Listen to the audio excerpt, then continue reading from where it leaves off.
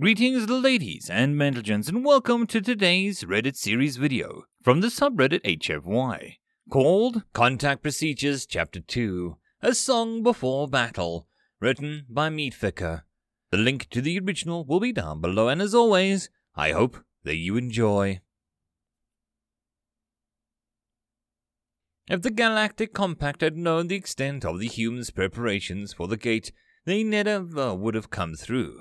They might even have just slagged it, risking the wrath of whatever elder race spun up the network countless millennia ago in order to cut the humans off from their peaceful status quo. But instead, they came unaware, and their honeyed words and false friendship only made the humans angry. As my small delegation of Neji toured the vast human shipyards, hidden with the gate by a bulk of their star, I was starting to realize that I never wanted to make the humans angry. They hadn't known what would come through the gate, or whether or not something as simple as putting a star between themselves and the gate would fool the oncoming aliens, but they hid away with a critical industrial way. The level of paranoia and determination beggared belief. I'm pretty sure that the humans were just as shocked as we were when they found out that their industries had escaped notice. It only served to add yet another advantage to the human impressive industrial capacity. Manufacturing in the Compact works a little different than the human shipyards. The collective knowledge of the galaxy is remarkably complete, with only a few frustratingly difficult problems left in the farthest reaches of physics. Our industrial processes reflect that. Compact shipwrights chase after perfection with an atomic and subatomic level, crafting vessels that function for millennia with only minimal repairs. The results are majestic, beautiful, and exceptionally durable. But they do have one flaw. Ships take forever to build. It's one of the reasons why the Neji remnant flock is made up of only a dozen permanent vessels, all of them designs that have long since gone out of style.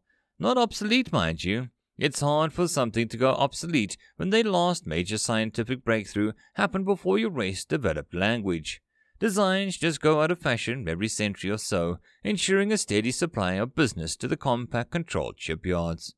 Humans had approached their shipbuilding differently. When I heard that they'd hidden a shipyard on the far side of the solar system, I thought that they'd be able to turn out one ship every few years. Maybe they'd put out 2 or 3 a year, if it was large enough, but it didn't seem terribly likely. Only the most impressive Compact military shipyards managed that kind of production.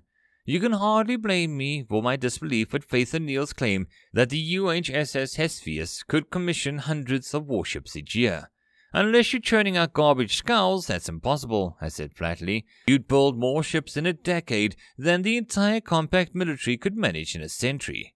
They're not ships like yours, she admitted, and they're not all the size of the Unforgotten, and they're damn fine regardless, and the shipyard's big enough to handle it.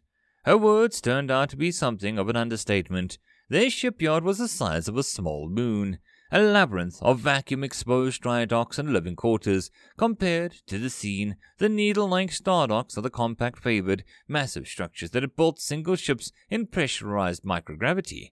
The human shipyard seemed wild, chaotic, and dreadfully exposed. I could see thousands of humans working on dozens of unfinished hulls, protected from the dreadful void only by thin vac suits. Some were even floating loose, guiding their flight with small bursts of what looked to be like ejected matter.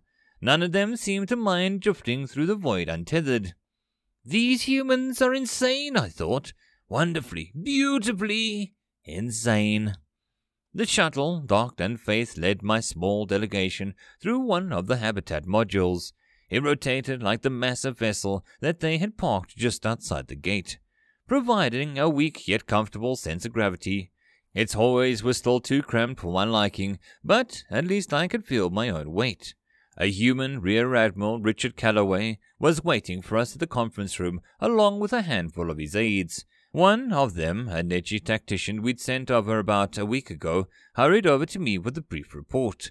The rest of my delegation began to make their introductions. They didn't lie about a thing, she said. More than 500 ships ready for war, most of them being loaded with their missiles, and all of their missiles updated with the new control module that we worked out. It was a little scary when their techs realized how much smarter that they could make their weapons.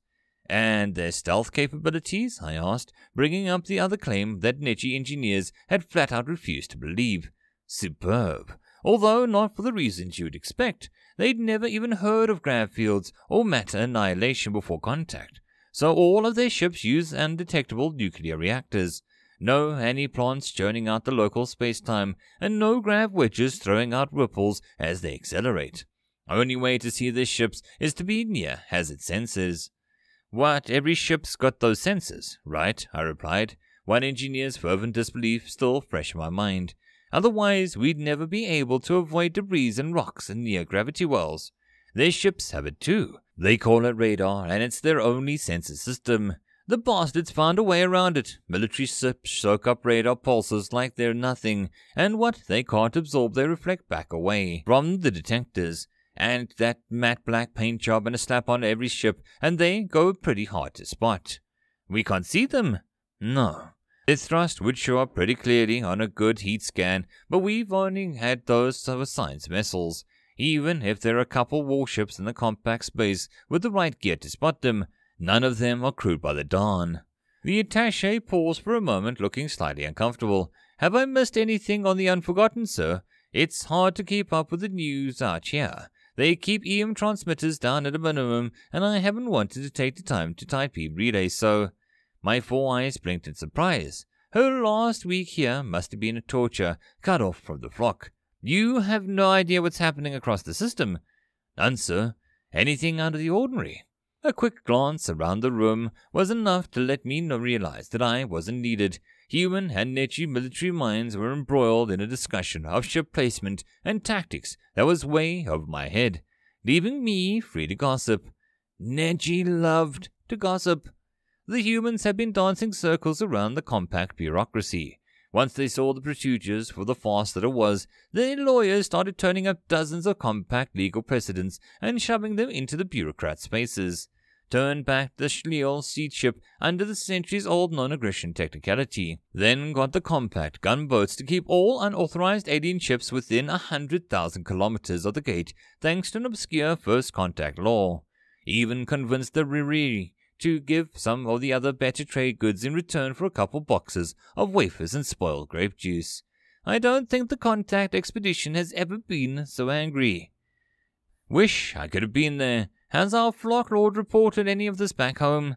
We only shipped out one convoy, and we're saving that for our final hours. We're not going to send it a week before the dawn come. She began to nod knowingly, then stopped abruptly. Wait, a week? We're barely halfway through the contact period. Why a week? She must have been more cut off than I thought. I thought everyone knew that the negotiations had ended. You really haven't heard. The humans got tired of the whole charade and kicked the compact out. In the many centuries of the hopeless resistance of the Dawn, the Neji had never come across a race willing to slam the door in the face of the compact.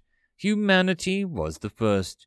The official delegation and their gunboats sulked off first, not even bothering to broadcast a warning to the gaggle of merchant ships and explorers that had accompanied them out to the far edge of the galaxy. The other merchant ships chased after them in a disorganized horde. One by one, they realized that they might be trapped in the system when the dawn arrived. In the span of a few hours, the space outside the gate was deserted, save for the UHSS Apollo. Half a day later, and it was once again full of ships. Human ships, though. Human ships armed for war. While the humans had been determined to make a peaceful first contact with whatever came through the gate, they had long since learned that fear the unknown. So while the non-combatant crew of the Apollo space station prepared to either greet their new friends or die at the hands of fresh enemies, their military hid themselves throughout the system and readied themselves for war. Swarms of small craft hid in the gravity well of Jupiter and Venus, clamping down on the electromagnetic emissions with a discipline that would surprise anyone unfamiliar with the uniquely human notion of submarine warfare. Hundreds more descended to the surface of Earth and Mars, while yet another fleet stood watch over the UHS Hephaestus. They couldn't hide all of them. A handful of their older warships still glided through the system, standing watch over their mines and the civilian shipping. Piracy is one of the many things humans are frighteningly good at, but they tucked enough ships away to fool the automated compact probes. With the compact ships gone from the system, the fleets of humanity revealed themselves. More than a dozen squadrons of Exorcist-class missile cruisers lay in wait, each with 24 ships ready to hold death at anything hostile that came through the gate. I was still a little awed at the sheer volume of fire that each one of them could fire. Rather than simply sling rocks out of the tube, as I'd expected the humans to do, each ship could spit out 2 missile pods every 6 seconds, and each missile pod had 7 missiles. Every cruiser held 300 pods, enabling them to maintain their maximum rate of fire for 15 minutes of combat. As if it wasn't enough, the humans had towered a couple of hundred larger pods, each loaded with 10 missiles apiece. I couldn't even imagine how long the compact shipyard would take to craft the tens of thousands of missiles needed to defend the gate, but our human allies assured us that they weren't even close to running out. Heading closer to the gate was a small squadron of boarding vessels, manned by the entire platoons of humans insane enough to try and capture an enemy ship intact. A few Neji had even agreed to join them as guides and fellow boarders. The rest of the crew thought that they were insane, privately hoping that they would be lucky enough to sit out the fight. 20 dreadnoughts, their kilometer-long bulk dwarfing that their cruisers' screens, drifted a short ways back from the ambush forces. These ships couldn't hide, having been built to serve as a focus in the humans' powerful solar array, and tried to make up for it with incredibly heavy armor. Compact military technology had made them obsolete. The energy-cancelling screens around the Dawn cruisers would render the main weapons useless, and a greater shot would tear through the armor like a scrap metal. They'd also serve as a lure to the Dawn cruisers into the heart of the human ambush, though, and were crewed by volunteers in case the missile barrage failed to take down the raiders before they reached the vulnerable capital ships. The Unforgotten, though barely a tenth of the size, made up for a part of the dreadnought formation. We were a part of the bait, and I, as the civilian head of the expedition, stood garbed for battle on the bridge alongside Faith. Our Flocklord was currently confronting the Faith about the horde of what the humans called irregulars bringing up the rear.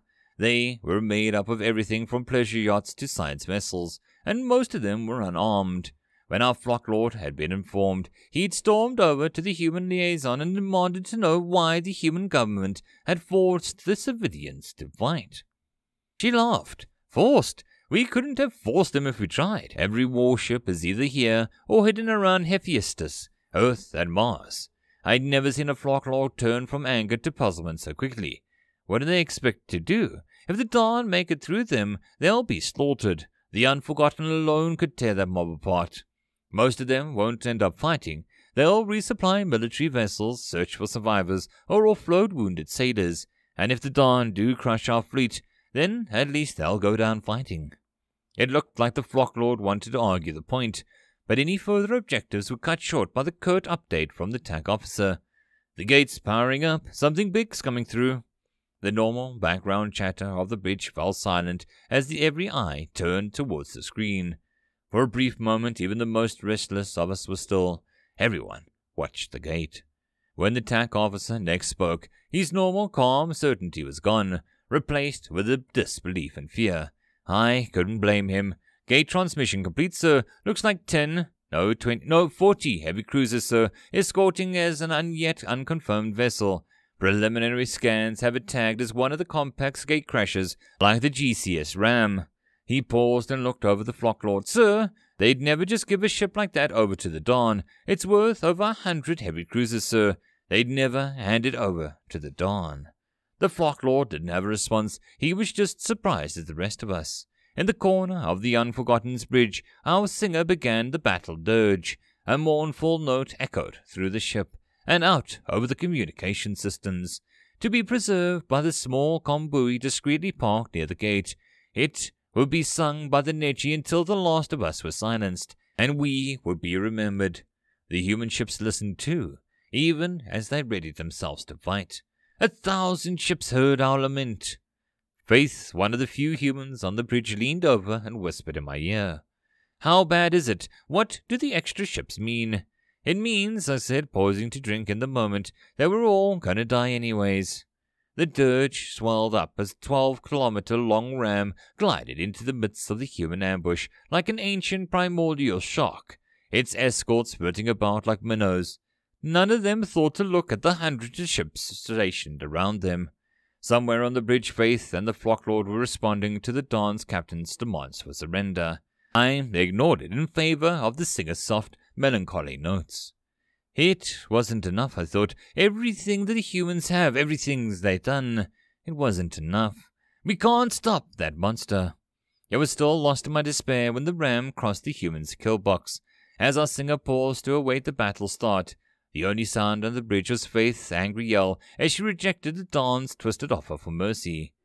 Then the humans fired and the singer sang of war. End of chapter. I hope that you enjoyed. If you'd like to support the channel or the author, all the stuff is down below. And as always, I hope that you guys have a good one, and I'll see you in the next story. Cheers.